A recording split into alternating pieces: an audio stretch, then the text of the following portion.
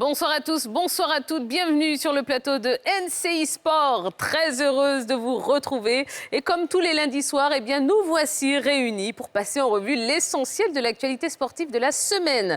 Et ce soir, gros doc sur l'affaire Ebimpe, entretien avec la légende Gadji Sely. Et voici quelques-uns des sujets que nous allons aborder ce soir.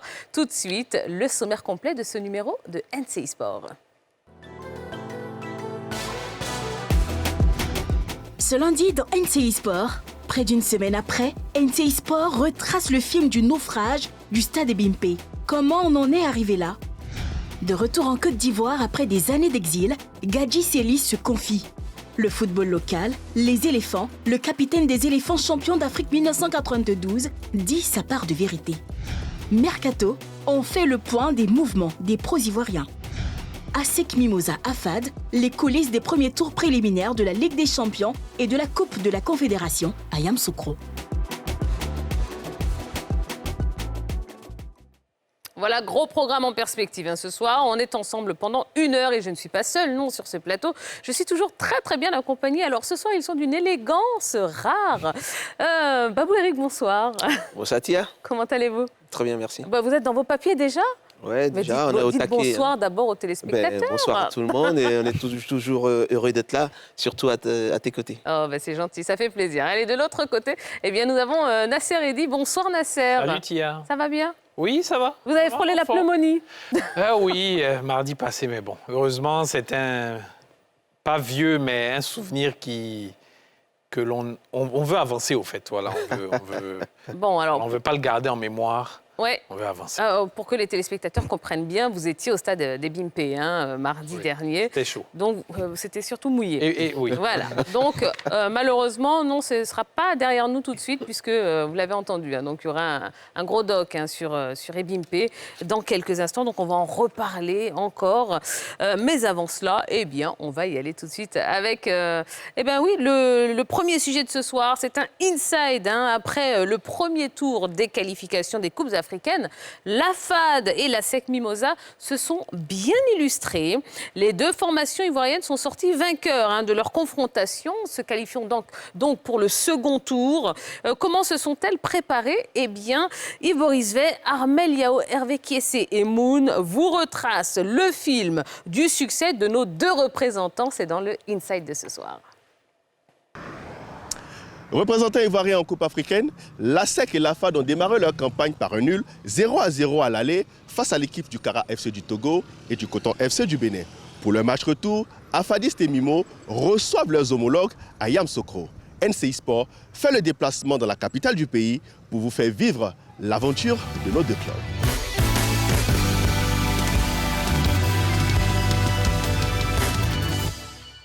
Éternel mon Dieu, éternel mon roi, le Père, le Fils, le Saint-Esprit, nous te disons encore merci pour la vie, pour la santé, pour le souffle renouvelé. Nous voulons te confier ce voyage, nous voulons te confier notre journée, nous voulons te confier cette semaine, car c'est une semaine décisive. Dans le nom tout puissant de Jésus que j'ai prie. Amen. On n'a pas appelé quelqu'un chez nous à Yagro, on n'a pas appelé quelqu'un, non, on n'a pas appelé quelqu'un. On n'a pas appelé quelqu'un chez nous à Yagro, on n'a pas appelé quelqu'un. Miwanyo, Kazal Tobe Tobe. Tout s'est bien passé. On remercie le bon Dieu d'être arrivé à bon port.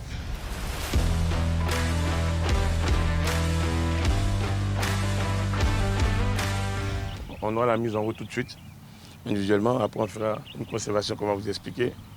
OK. Après, on fera un petit travail qu'on appelle tactique. C'est le moment de commencer à vous projeter un petit peu, sans pression. Comme on a dit hier, de prendre que du plaisir, de jouer. Oh, papa. Allez.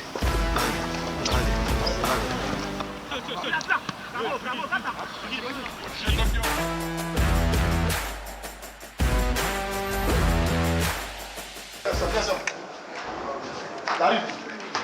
La dame du boss, la dame du boss. Boss.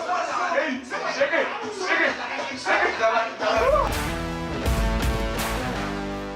On sait qu'on a obligation de victoire. Donc il faut qu'on prépare notre victoire dans la sérénité, dans le calme, dans la concentration. Je suis sûr que si nous, on est prêts, qu'on a envie, qu'on met tous ces ingrédients-là, on n'aura pas de regrets. Allez. Soyez bien chaud. On n'a que 12 minutes ici. 2, 3. Allez, on repasse, c'est bien, c'est bien. On essaie de travailler dans la sérénité. On essaie de faire en sorte que les joueurs ne puissent pas faire le match avant. On a un plan de jeu, une stratégie qu'on espère qu'il marchera demain. C'est important le souci du bloc, des bonnes distances les uns des autres, et puis mettre l'impact, l'agressivité pour récupérer les ballons.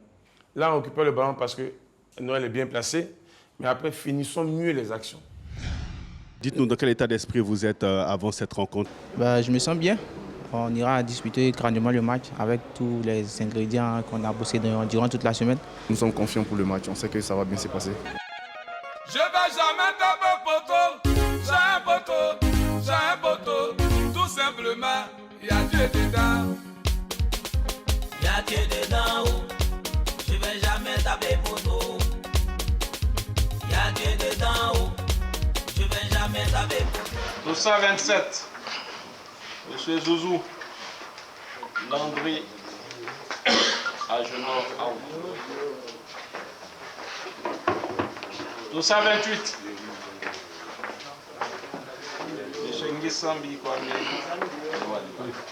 Louange, gloire te revienne, Père. Merci pour cette qualification. Que toute la gloire te revienne pour des siècles et des siècles. Dans le nom de Jésus que j'ai prié. Amen. Amen. Victoire! Victoire!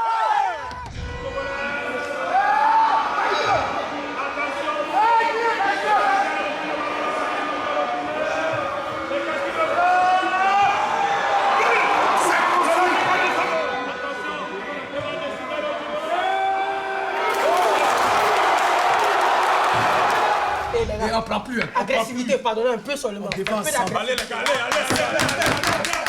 Les gars, on revient à les 45 minutes. Hein. Okay. Hey, on ne fait pas le voyage pour rien. Retenez-vous ça, on ne fait pas le voyage pour rien.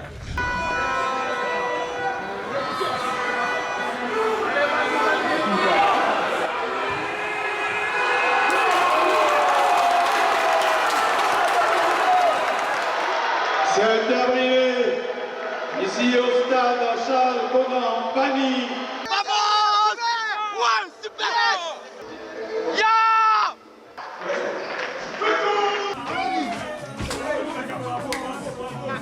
La seule issue qui nous attendait, c'était la victoire. Quand on gagne, c'est vrai qu'on a tendance à vouloir cacher les carences. Mais aujourd'hui, ce qui compte, c'est la victoire. Bravo, bravo. Et puis, bon retour chez vous. Nous sommes réunis au siège du Sénaco dans le cadre des tours préliminaires de la Coupe de la Ligue des Champions contre le Couton Sport à Yamoussoukro, le match retour. Voilà, vous savez très bien qu'au match aller, nous avons fait 0-0 partout à l'extérieur.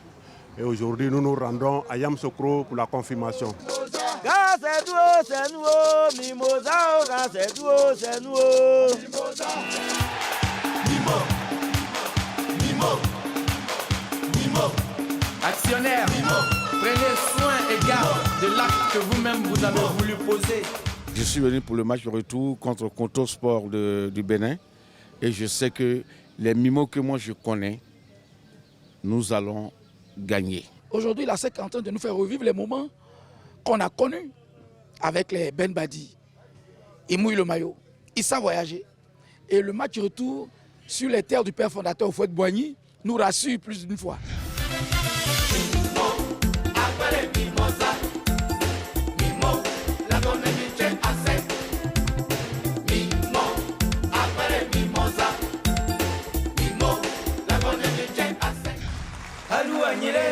Tous ensemble, on a réveillé l'équipe, on a ressuscité les mimosas. Mimo, mimo, mimo, mimo, mimo, mimo.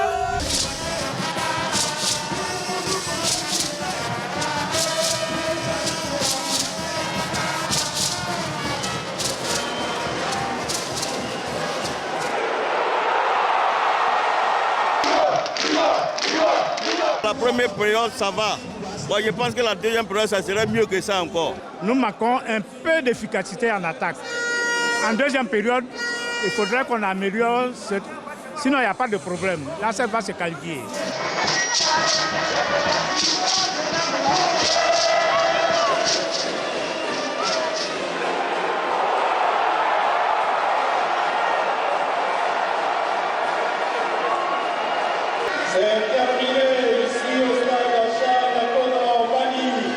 Vraiment, nous sommes très fiers de la SEC parce qu'ils ont joué le jeu qu'il fallait. Sincèrement, si la SEC continue comme ça, on va remporter la Ligue des champions africains. Victoire de la SEC et de la FAD. Des succès qui ouvrent les portes du deuxième tour des qualifications des Coupes africaines à nos deux clubs ivoiriens. Et quelles sont belles ces images, hein. Ça fait vraiment, vraiment, vraiment plaisir. Alors messieurs, est-ce que vous vous attendiez à ces deux bons résultats, hein, de la FAD et de la SEC? Nasser, on commence avec vous. Oui, évidemment, pour moi. Les résultats des deux matchs allés n'ont fait que me conforter dans mes espérances. Ils ont confirmé au match retour à la maison. Donc oui, face à des adversaires quand même qui sont en termes de niveau un brin inférieur. Le Coton FC, c'est la deuxième année consécutive que la SEC affronte ce club-là en Coupe africaine. La différence, l'écart, c'était de niveau. C'était déjà fait ressentir la saison passée. Ça s'est confirmé cette saison. Donc, somme toute logique. Oui. D'accord. Et vous, Eric? Écoutez, pour la SEC, je pense que c'est être éliminé qui allait être un scandale. Je pense que c'était logique, hein, que la SEC passe ce tour-là. C'était vraiment le tarif minimum. Donc, il n'y avait pas trop d'inquiétude. Par contre, pour la FAD, c'était une autre affaire. La FAD, on va dire, partait dans l'inconnu, hein. C'est une jeune équipe. Mais il ne faut pas s'y méprendre parce que derrière le staff de la FAD, il n'y a que des gens qui ont du vécu. Oui. Le président Anouma, Laurent Boli, Pablo. Vous avez des gens qui ont du vécu. Même l'entraîneur, c'est quelqu'un qui a un background énorme. Donc, ça nous a rassurés. Mais en même temps, on attendait de voir ces jeunes-là, qu'est-ce qu'ils allaient faire sur le terrain. Parce qu'après tout, c'est eux qui jouent. Et là, je pense qu'ils ont eu un bon parcours. On les félicite. Mais je pense qu'ils peuvent aller encore plus loin. Donc la FAD, hein, et la SEC qualifiées pour le second tour des Coupes africaines. Alors justement, hein, 3 semaines après cette double qualification à Yamoussoukro, les deux équipes sont de retour sur la scène continentale. En Coupe de la Confédération, la FAD a bien voyagé à Conakry vendredi dernier en battant 2-1 le club olympique de Koya. Et cet après-midi à Sousse, la SEC Mimosa a fait match nul 0-0 face à Al-Ali de Benghazi lors de la manche allée du deuxième tour de la Ligue des Champions. Alors, commençons avec la FAD, pardon, messieurs. Quelle est la clé de ce succès de la FAD? Tantôt, je disais, hein, c'est, je pense, l'environnement de cette équipe-là. Quand vous voyez les personnes qui accompagnent ces jeunes gens-là, cette expertise, ce vécu-là, on a l'impression qu'ils sont en train de transmettre cela à ces jeunes-là. Vous voyez l'entraîneur, quand il parle, il sait de quoi il parle. Oui. Il a ce vécu-là. Il a connu la Coupe d'Afrique, il a connu l'international. Donc, quand il parle aux garçons, ces garçons-là l'écoutent. Et je pense qu'ils le mettent en pratique. Et puis derrière, tout le staff.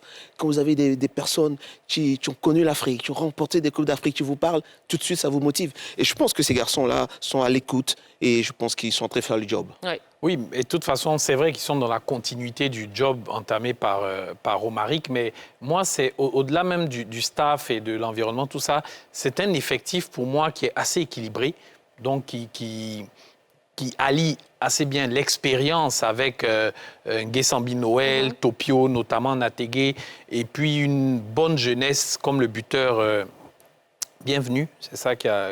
Et il faut noter qu'il y a eu un très grand Nguessambi Noël du côté de Conakry qui a fait 2 passes décisives. Donc, c'est un effectif pour moi, au-delà même du travail du coach Romaric qui a su donner une âme et une vie à cette équipe. C'est un effectif vraiment qui est bien taillé pour au moins une phase de poule de Coupe de la Confédération. Alors, vous pensez qu'ils ont fait le plus dur, là, en s'imposant 2-1? Oui, bien sûr. Je pense qu'ils ont fait le plus dur. Maintenant, il faut rester prudent. Voilà, nous sommes en Coupe d'Afrique, rien n'est gagné. Et surtout que ce sont des jeunes qui n'ont pas énormément d'expérience dans cette compétition. Il faut rester vigilant. Mais je suis pas inquiet parce que derrière, ils ont les hommes pour les garder, pour garder la tête froide. Voilà, donc je suis vraiment pas inquiet pour cette équipe de la FAD. C'était Koulibaly Bonheur, hein, le buteur dont je parlais. D'accord. Alors, Nasser, bon là, je me retourne vers vous. Cet après-midi, hein, la SEC fait match nul.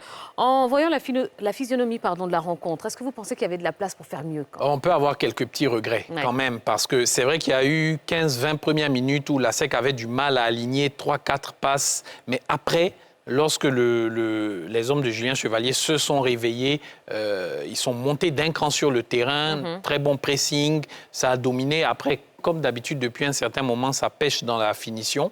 Il y a eu un poteau, notamment, qui a été touché par Pokou Nguessan, qui aurait pu donner un peu plus de sérénité, on va dire, aux jaunes et noirs avant le match retour. Mais bon, c'est bon à prendre quand même.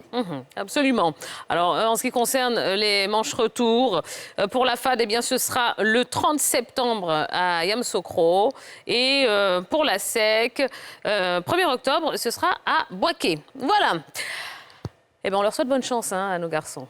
Et on vous donnera de leurs nouvelles très, très bientôt. Allez, passons à la suite, si vous le voulez bien. Le lundi dernier, donc le match amical Côte d'Ivoire-Mali a été interrompu par une forte pluie, rendant la pelouse impraticable. Quelques jours après l'indignation générale, eh bien, Essa Chniaba et Moon nous retracent le film de ce naufrage. Regardez. Samedi 3 octobre 2020, le président Alassane Ouattara procède à l'inauguration du stade olympique d'Ebimpe à Niamey. Enfin, une enceinte sportive moderne. Les Ivoiriens en ont rêvé durant des années.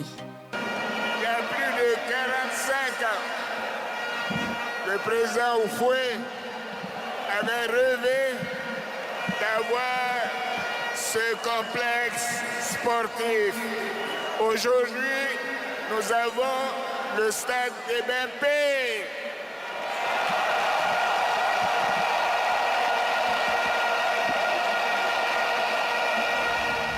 Ce stade est le fruit de la coopération entre la Côte d'Ivoire et la Chine.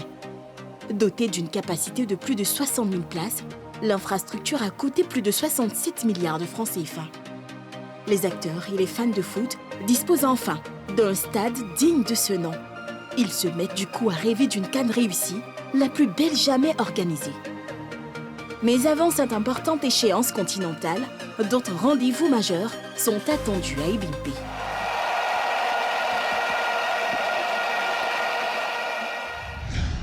Mardi 7 septembre 2021, la Côte d'Ivoire affronte le Cameroun dans le nouveau stade pour le compte de la deuxième journée du deuxième tour des éliminatoires de la Coupe du Monde FIFA Qatar 2022. Sur le plan sportif, les éléphants assurent. Victoire, 2-1. Mais ce succès ne saurait cacher le mauvais état de l'aire de jeu. Une pelouse indigne qui ne correspond pas à la beauté de l'infrastructure.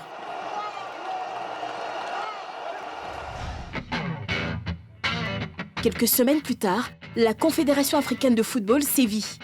La Côte d'Ivoire ne peut pas recevoir ses matchs à domicile.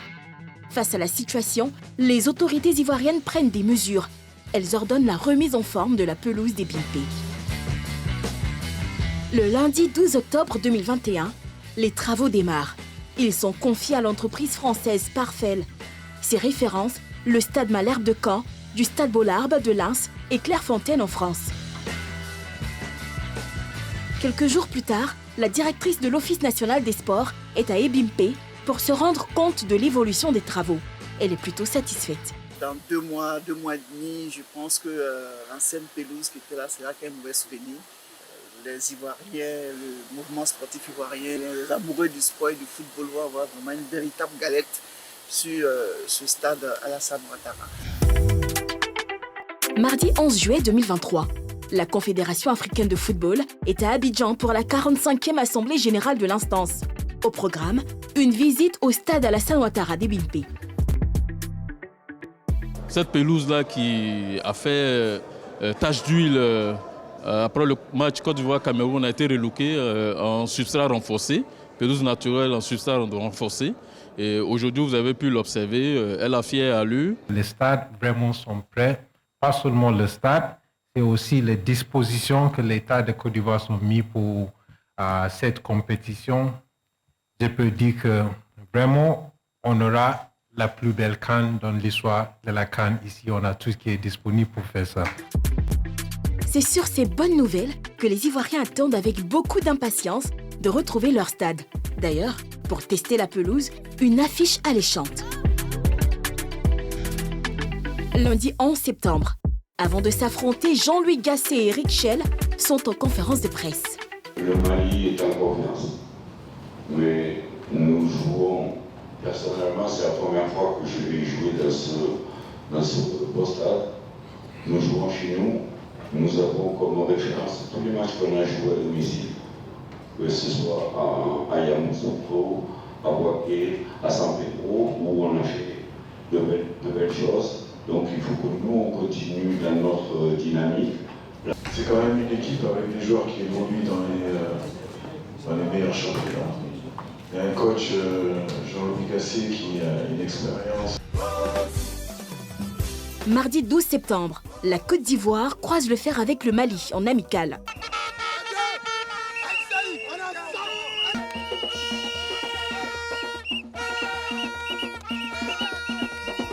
Bello, que des têtes tombent, le gouvernement les prend à contre-pied. Parler de prendre sanction, je ne sais pas comment vous sanctionnez le ciel. Il a décidé de pleuvoir, une pluie exceptionnelle. Donc, je ne vois pas en quoi, pour un événement naturel, il y aurait des sanctions à prendre. Ce même mercredi, le ministère des Sports annonce une conférence de presse le lendemain sur le lieu de ce que certains considèrent comme un crime. Jeudi, nous revoilà à Ebimpe. Le constat se passe de commentaires.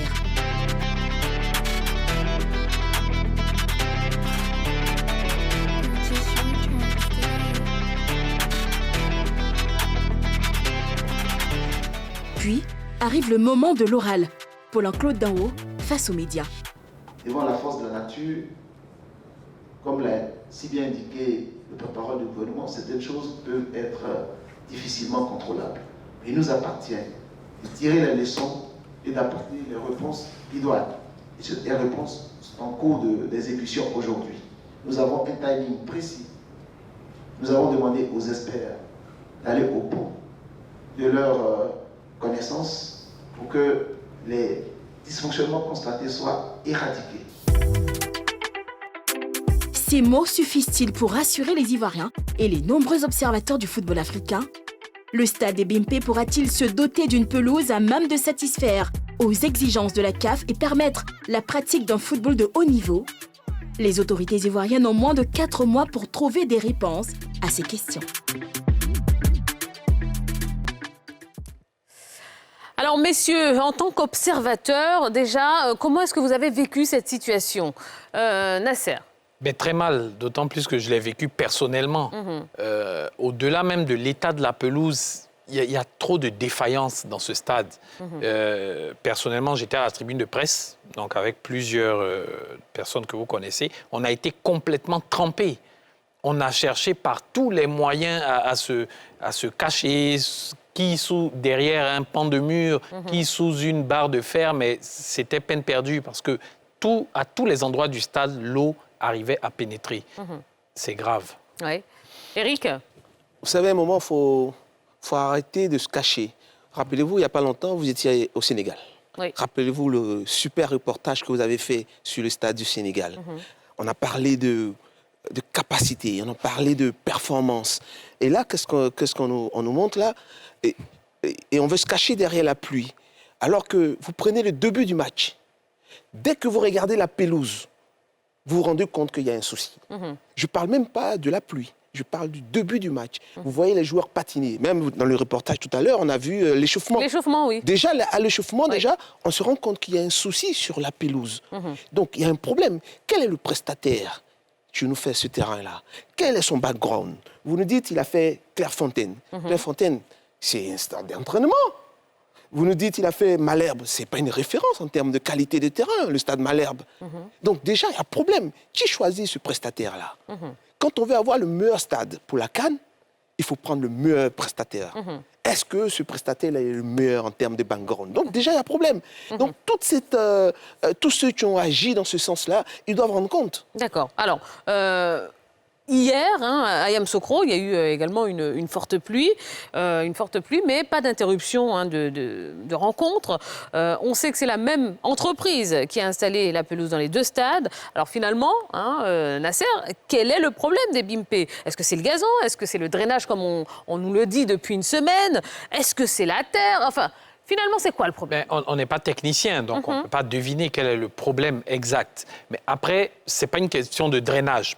Le drainage est sûrement défaillant aussi, mais là, comme il l'a dit, la pelouse était défaillante avant même la pluie, et c'est comme ça depuis l'inauguration de ce stade. Ouais. Donc, à un moment donné, il y a une entreprise qui est en charge des travaux que l'on veut peut-être acculer, mais qui est chargé du contrôle du travail de cette entreprise-là? Il faut pouvoir remonter la filière jusqu'à la tête. Alors là, les images qu'on voit, ce sont les images de Yamoussoukro hier soir. Donc, grosse pluie, mais finalement, tout s'est bien passé. Aucune interruption de la rencontre. Oui, Eric? Oui, je me disais comme ça, c'est là où je suis un peu peiné pour le ministre, pour la directrice de l'ONS, oui. parce que ce n'est pas des techniciens du terrain.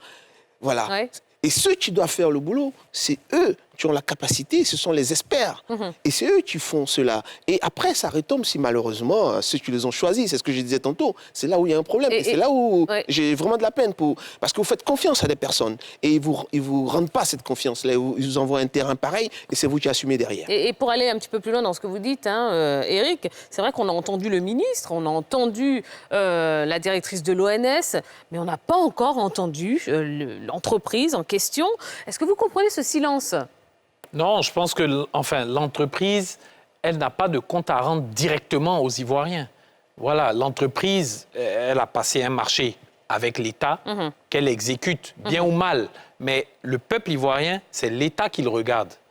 Du coup, moi je dis, pour qu'on arrête à se rejeter la responsabilité, il faut une bonne fois pour toutes qu'un audit soit diligenté et que les responsabilités soient situées. C'est primordial, c'est impératif. D'accord, très bien. Alors forcément, ça nous emmène à nous poser cette question. On est à 4 mois seulement de la Coupe d'Afrique des Nations. Et bien justement, dans 4 mois, est-ce que vous pensez que la pelouse sera prête? Eh bien, merci déjà pour vos nombreuses vidéos que vous nous avez fait parvenir tout au long de cette semaine. On va regarder une compilation des meilleures d'entre elles. C'est dans Facecam de Marco Seri.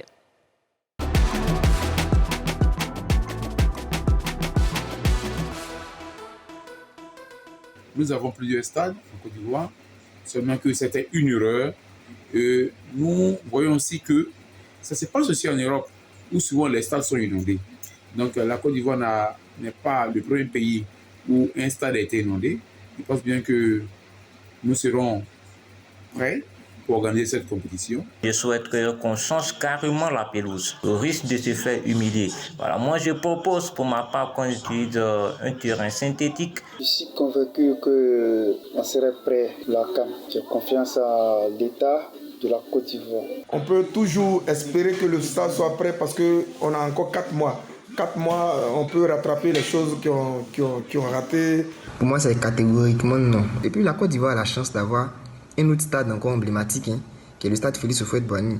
Et à côté, il y a un autre stade encore à Boaké, qui est une grande ville, voilà, 40 000 places, je pense qu'il peut faire l'affaire. Donc pourquoi s'attarder sur, voilà, et venir faire un pari risqué avec ce stade-là? Je ne suis pas vraiment confiant parce que, vu la réaction des autorités, je suis vraiment pessimiste. Donc il faudrait que les autorités dès maintenant prennent les choses en main. La pelouse n'est pas prête à l'instant à accueillir la CAN. Voilà, il faudrait qu'elle envoie toujours un changement total de pelouse. Sinon, actuellement, la pelouse n'est pas prête à accueillir la CAN. Il faut dire que la Côte d'Ivoire ne peut pas être prête à 100%. Nous allons organiser la CAN à 75%. Et je fais partie de ceux-là qui pensent que c'est possible de mettre à la disposition des joueurs le stade olympique Alassane Ouattara de Bempé. Franchement, on peut dire moins de 4 mois, c'est pas possible. Eux-mêmes, ils savent, c'est pas possible. Comme en Europe, là, si ce sont les tapis qui vont placer, il n'y a pas de problème, ça peut se faire. Parce qu'il ne faut pas enverser notre visage par terre, c'est la Côte d'Ivoire quand même. Ces 4 mois sont largement suffisants. Et je tenais comme ça à dire à tous les participants et à toute l'Afrique de rester calme, serein. Car nous serons prêts. Restez serein, car c'est la Côte d'Ivoire. N'ayez pas peur, nous serons prêts. Bon, les avis sont mitigés. Alors, messieurs, je vais vous poser également cette question. Eric, est-ce que vous pensez qu'on sera prêt dans 4 mois là, pour la Coupe d'Afrique des Nations? J'avoue que pour ce stade en particulier, j'ai vraiment un gros doute. Parce qu'on a eu du temps et voilà ce qu'ils nous ont produit. En 4 mois, on rentre dans une période, on va dire, de turbulence. Et j'ai des gros doutes. Parce que vous savez que... Prenez l'exemple des Jeux Olympiques qui vont se passer en France. C'est dans 1 an. Et regardez, aujourd'hui, ils sont en train de tout tester. Et là, j'espère que la Côte d'Ivoire va montrer une expertise jamais vue. Et en 4 mois, transformer un stade comme ça. Peut-être que les gens viendront apprendre de la Côte d'Ivoire dans 4 mois. Je suis même optimiste, mais je ne suis pas dupe non plus. Il ne faut pas s'attendre au miracle. On fera avec ce qui sera. De toute façon, ce stade accueillera la cérémonie d'ouverture et la finale. Ça, c'est déjà acté. On ne revient plus là-dessus. On espère en tout cas qu'il y aura le moins de défaillances possible. Voilà, très bien. Bon, voilà ce qu'on pouvait vous dire concernant le stade d'Ebimpe. Allez, on va marquer une première pause.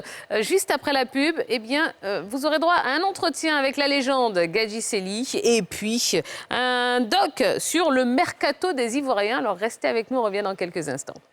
Allez, on est de retour sur le plateau de NCI Sport. On est en live et en direct tous les lundis soirs de 20h30 à 21h30. Et je vais être très honnête avec vous, puisqu'il s'est passé énormément de choses pendant la pub. Et bon, allez, Nasser, je sais que vous aviez une information capitale à partager avec les téléspectateurs. Je vous donne 30 secondes. Bon, 2 très rapidement. Voilà. Déjà, il y a une info qui a circulé selon quoi la pelouse aurait coûté 20 milliards. Ce n'est pas vrai. Ça a été clarifié en conférence de presse. Donc, cette pelouse a coûté 1,2 milliard. Mais moi, j'ai envie de dire, c'est encore trop. Pour info, comme ça, en 2019, il faut savoir que la pelouse du stade Vélodrome à Marseille a été changée en 2 semaines par une pelouse hybride dernière génération à 400 000 €. Ça fait à peu près 265 millions de francs CFA. Vous voyez l'écart pour ce qu'on a eu comme résultat. Voilà, l'audit que je demande a plus que jamais sa place. D'accord, très bien. Allez, on va pouvoir enchaîner avec le sujet suivant. Oui, un entretien, un très bel entretien, puisqu'il a été nommé ambassadeur de la FIF lors de la dernière Assemblée générale. Gadji Sely, c'est de lui qu'il s'agit, accompagné de la génération 92, a donné de façon symbolique le coup d'envoi du match Côte d'Ivoire-Lesotho. C'était à San Pedro. Et lors de cette occasion, eh bien, l'ex-capitaine des éléphants a accordé un entretien à Yves Boris Vey, Armel Yao, Hervé Kiessé et Marco Seri. Regardez. Capitaine des éléphants, champion d'Afrique 1992, Gadji Sely est de retour en Côte d'Ivoire après 12 années passées hors du pays. Récemment, il a été nommé ambassadeur de la Fédération ivoirienne de football. L'ancien joueur du Stella Club d'Adjamé et de l'ASEC Mimosa est l'invité de l'entretien de NCI Sport.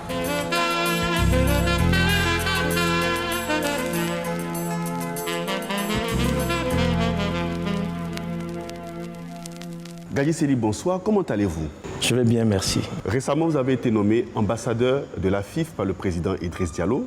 Dites-nous comment vous avez accueilli cette nouvelle? Je n'ai pas été surpris parce que c'est Idriss Diallo, le président. Et Idriss Diallo a fait ses gammes dans le monde des dirigeants du football en Côte d'Ivoire. Donc, il sait qui mérite pas, qui a fait quoi, qui n'a pas fait. C'est vrai, ça m'a fait chaud au cœur. Ça m'a fait plaisir d'avoir été nommé, mais parler des surprises, si je le dis aujourd'hui que j'ai été surpris, ce n'est pas reconnaître tout le parcours du président Idriss Diallo. Quelle est la tâche qui vous a été assignée en tant qu'ambassadeur? C'est apporter, dans un premier temps, notre expérience aux générations à venir. Et puis, s'il y a d'autres tâches, je pense qu'on nous les confiera.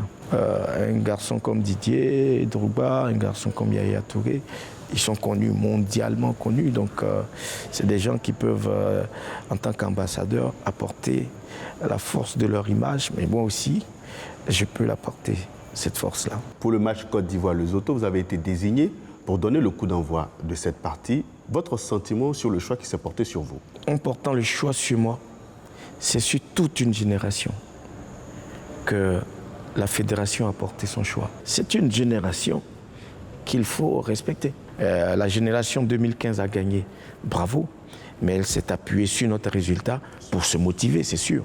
Donc, comme ça, il faut que les jeunes de maintenant prennent exemple sur ceux qui ont gagné, sur les 2 générations qui ont remporté un trophée, et que se disent que nous aussi, on doit graver notre nom parmi ceux qui ont gagné en Côte d'Ivoire, en football.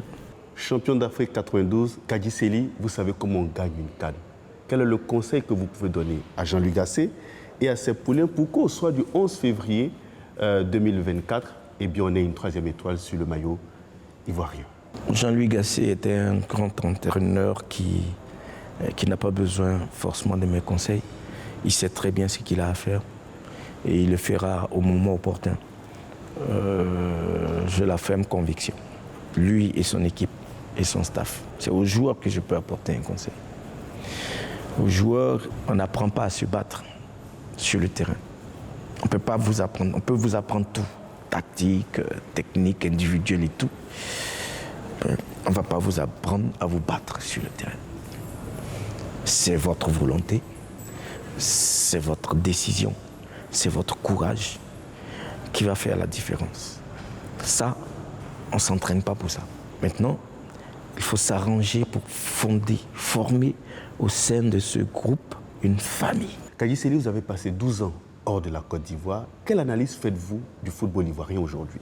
L'analyse que je fais, c'est que tout repose sur les joueurs professionnels, ce qui est dommage. Il faut qu'on reprenne les choses parce que nous, pour gagner la Coupe d'Afrique et pour gagner tous ces trophées, on était des joueurs locaux. Tu prends le classement des Sénégal 92, Magui, Serge Alain, Africa, tu as Abdoulaye Traoré, Asek, Sié Donald, tu as Begré Yago, c'est des joueurs locaux. Et on est un peu peiné de savoir que tout le monde regarde à l'Occident pour aller monnayer ses talents. Il faut faire quelque chose pour le championnat en Côte d'Ivoire. Et quelle solution préconisez-vous? Il faut que les dirigeants de l'Africa sachent que le football, il manque au football en Côte d'Ivoire. Il faut que l'Africa s'arrange pour monter en première division. Parce que cette rivalité-là entraîne aussi des motivations qui emmènent les joueurs à se transcender, à se dépasser, à se battre. Et même quand ce n'est pas un ASEC Africa, quand l'Africa a gagné là-bas, il faut que l'ASEC gagne ici. Donc ça mousse, comme on dit en Côte d'Ivoire. Vous avez participé dernièrement à l'Assemblée générale de l'ASEC Mimosa, club dont vous êtes un dirigeant. Comment vous avez retrouvé le club aujourd'hui? Mais l'ASEC a subi beaucoup de coups durs, je dirais même des coups bas. Mais l'ASEC a tenu parce que son président était un téméraire. Quand le président parlait tantôt d'organisation, d'aucuns pensaient que c'était donc pour bluffer. Mais aujourd'hui, beaucoup de clubs sont descendus en D2 et l'ASEC est encore là et est souvent champion. Justement, les actionnaires rêvent d'une prochaine Coupe d'Afrique après celle de 1998. Que pouvez-vous leur dire? Que l'ASEC remportera une autre Coupe d'Afrique. S'ils viennent beaucoup au stade, s'ils viennent encourager leurs jeunes joueurs, ils vont voir que la motivation va changer. Pensez-vous que l'ASEC Mimosa, cette saison, pourra se qualifier pour la phase de groupe de la Ligue africaine des champions? J'ai toujours foi en moi. Je veux rester positif. Donc je crois en l'ASEC. Comme je crois aux éléphants de Côte d'Ivoire pour la CAN. Gadji Sely, merci beaucoup. Merci. Voilà, merci beaucoup à Gadji Sely de nous avoir accordé cet entretien. Alors messieurs, qu'est-ce que vous retenez justement de l'interview? Il a beaucoup parlé de la présence de la génération 92 et de son importance auprès de la nouvelle génération, ou du moins du fait qu'elle devrait se voir accorder davantage de considération. Je pense quand même. Vous êtes d'accord avec lui ou pas? Oui, mais je suis d'accord. Mais elle a déjà cette considération. De toute façon, c'est à jamais les premiers. Et là, ils reviennent encore au premier plan à l'occasion de cette Coupe d'Afrique-là auprès des éléphants actuels. Donc, voilà, ça va, c'est bon. D'accord. Oui, il faut dire la considération, la génération 92 l'a toujours eu. Ce sont mes dévanciers et on a eu beaucoup d'admiration pour eux. Et puis, malheureusement, cette génération-là, on va dire, s'est contentée je veux dire, s'occuper que d'elle. Et malheureusement, le football ivoirien, il y a eu une génération avant il y a eu après Sénégal 92. Et c'est là où j'ai été un peu dessus quand, à l'occasion de l'inauguration du stade Laurent Pocou. Ceux qui ont joué avec Laurent Pocou, ceux qui ont permis à Laurent Pocou d'être Laurent Pocou, n'ont pas été invités. Et ça, j'ai trouvé que c'était vraiment désolant. Voilà. Parce qu'il y a certes la génération 92, mais avant la génération 92, il y avait des générations. La génération de Laurent Pocou, il devait être là, il devait être présent. Combien reste c'était même si c'est une seule personne, il devait être présent. Peut-être. D'accord, très bien. Allez, un mot de mercato, puisque le mercato en Europe, c'est fini depuis le 31 août dernier. Du mouvement, eh bien, il y en a eu chez les footballeurs professionnels ivoiriens. On fait le point avec Eustache Niaba et Marco Seri. Après 3 mois d'activités intenses, le mercato du mouvement, il y en a eu chez les footballeurs ivoiriens. Entre ceux qui passent un cap, ceux qui se relancent et ceux qui n'ont pas trouvé preneur, on fait le point.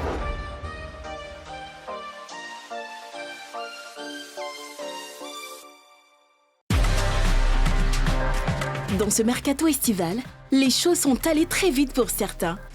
Remontant le temps, 3 mois plus tôt. Nous sommes en juin. Déjà, des mouvements officiels. 20 juin. Après pour l'Étoile Rouge de Belgrade, en Serbie. L'Ivoirien, qui avait des envies d'ailleurs, a paraphé un contrat de 4 ans. 21 juin. Oumar Diakité est officiellement joueur du Stade de Reims. Le jeune attaquant ivoirien de 19 ans quitte l'Autriche et le RB Salzbourg. En fin de contrat, Evan Dika n'a pas souhaité renouveler avec l'Eintracht Francfort. Une aubaine pour l'AS Roma qui l'a recruté. Le néo-éléphant de 23 ans a signé un contrat de 5 ans avec la Louve. Juillet, les mouvements s'intensifient. 7 juillet. Cardiff City accueille pour 2 saisons Yakou Meito en provenance de Reading.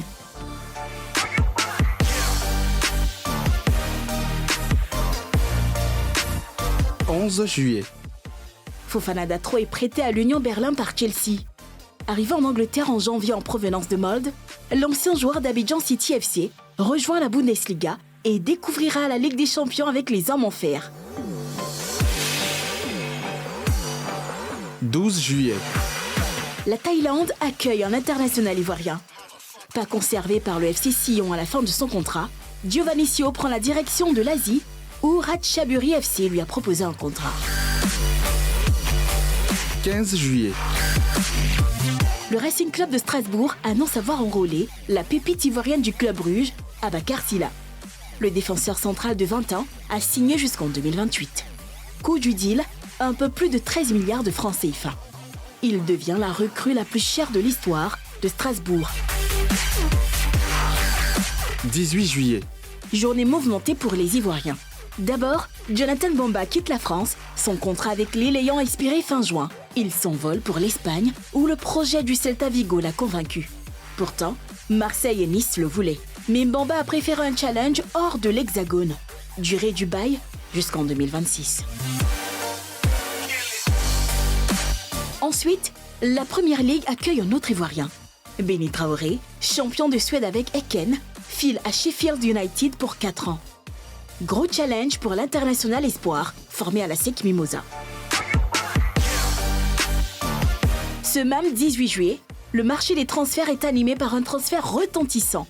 Celui de Seko Fofana, qui quitte le Racing Club de Lens pour la désormais célèbre formation saoudienne de Al Nasr.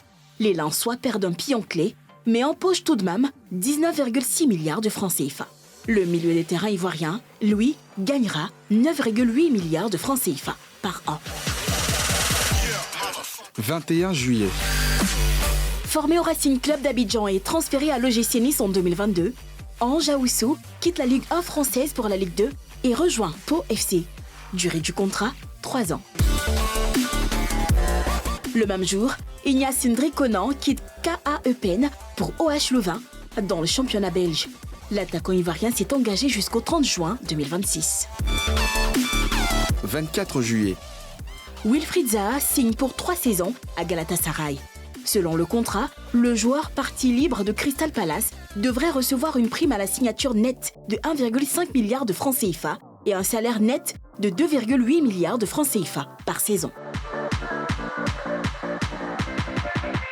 25 juillet. Jérémy Boga à Nice. Après des saisons en Italie, le natif de Marseille rejoint la Côte d'Azur.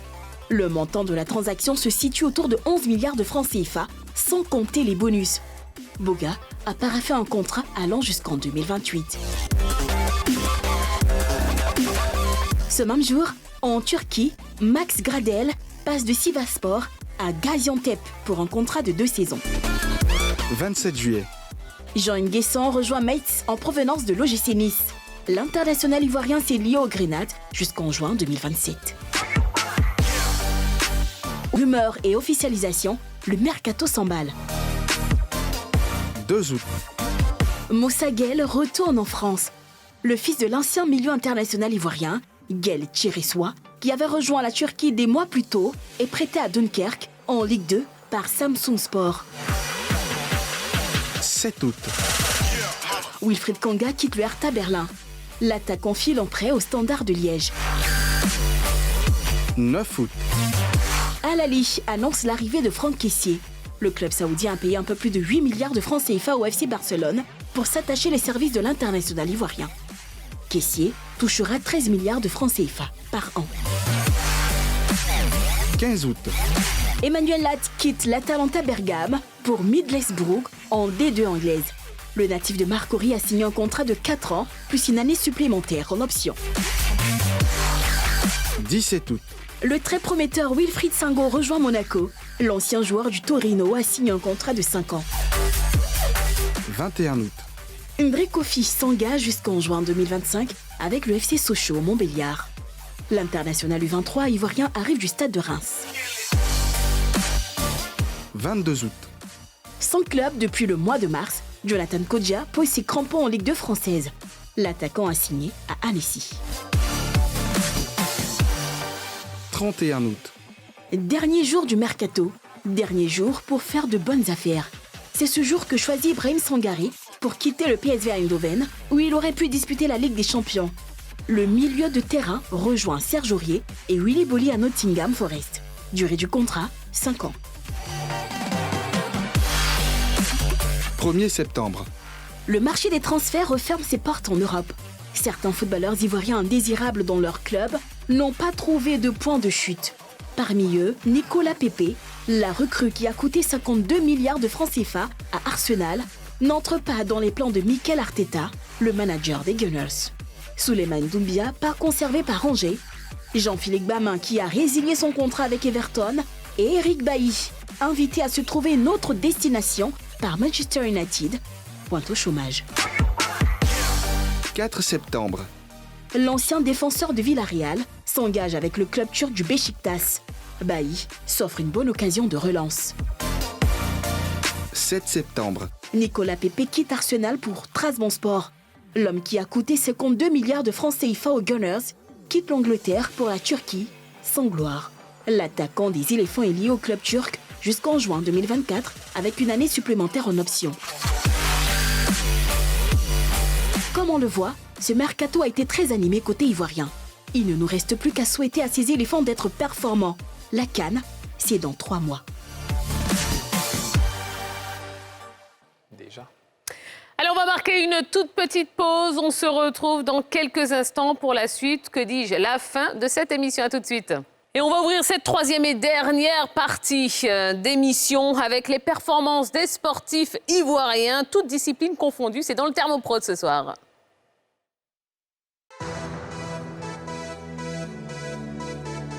Comment se sont comportés les sportifs ivoiriens hors du pays? Tout de suite, le point de leur performance. Beau temps pour les éléphants pétanqueurs qui ont remporté la Coupe des Nations dimanche au Bénin. Les Ivoiriens composés de la triplette de joueurs professionnels Saman, Maïga et Niaoré ont battu les Béninois 13-3 en finale. Le soleil se couche pour Marie-Josée Talou. La vice-championne du monde a terminé sa saison en accrochant la 2e place du 100 dames dimanche à Préfontaine Classique aux États-Unis. Elle a obtenu un temps de 10 secondes 75. Il fait beau pour Christian Kwame. L'attaquant de la Fiorentina a ouvert son compteur en Serie A dimanche et offert la victoire aux siens 3-2 contre l'Atalanta Bergame.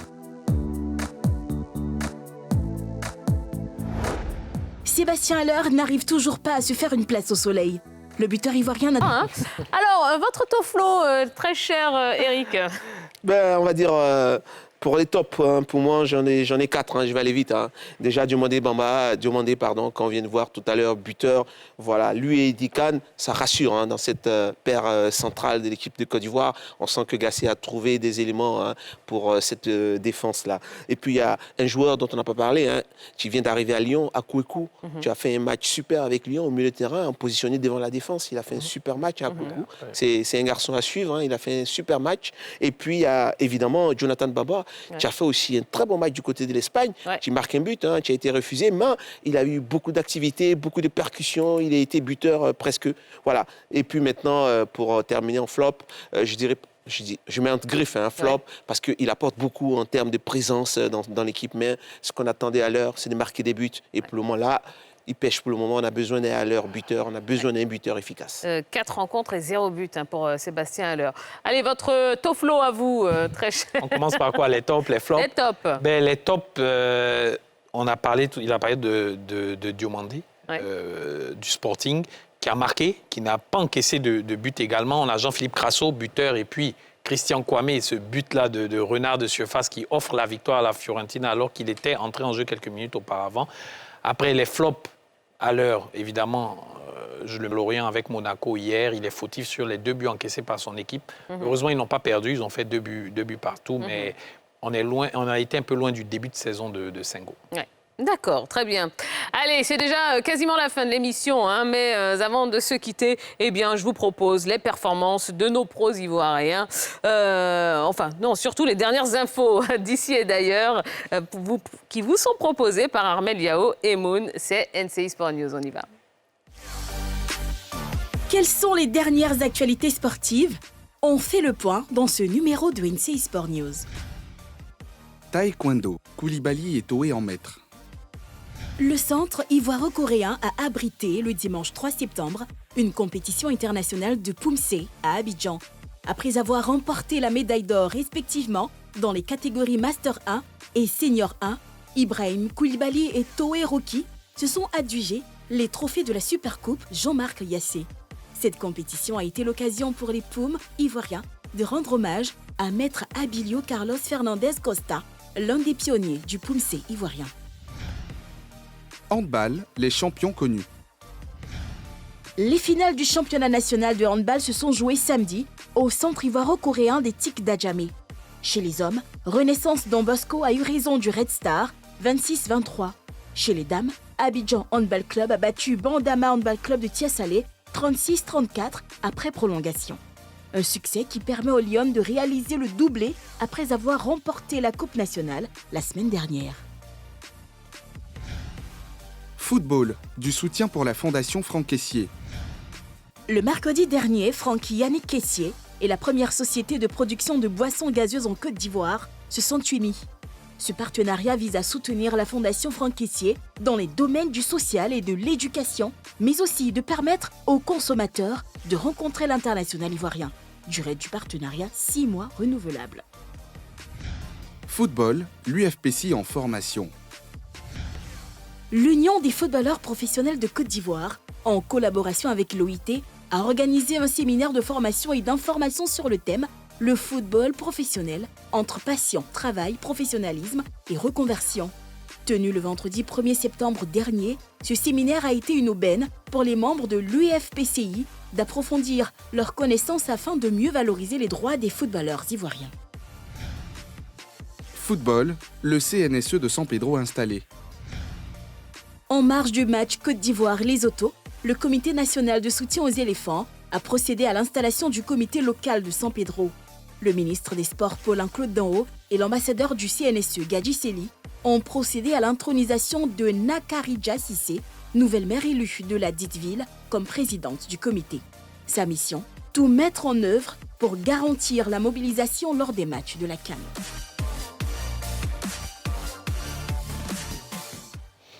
Eh bien voilà, c'est déjà terminé pour ce soir. On espère que vous avez passé une belle soirée en notre compagnie. Merci Babou Eric, merci Nasser Eddy. Et merci à vous de nous avoir suivis. Eh bien, prochain rendez-vous, ce sera lundi prochain à partir de 20h30 pour encore un maximum d'informations sportives. D'ici là, passez une excellente semaine. Ciao, ciao.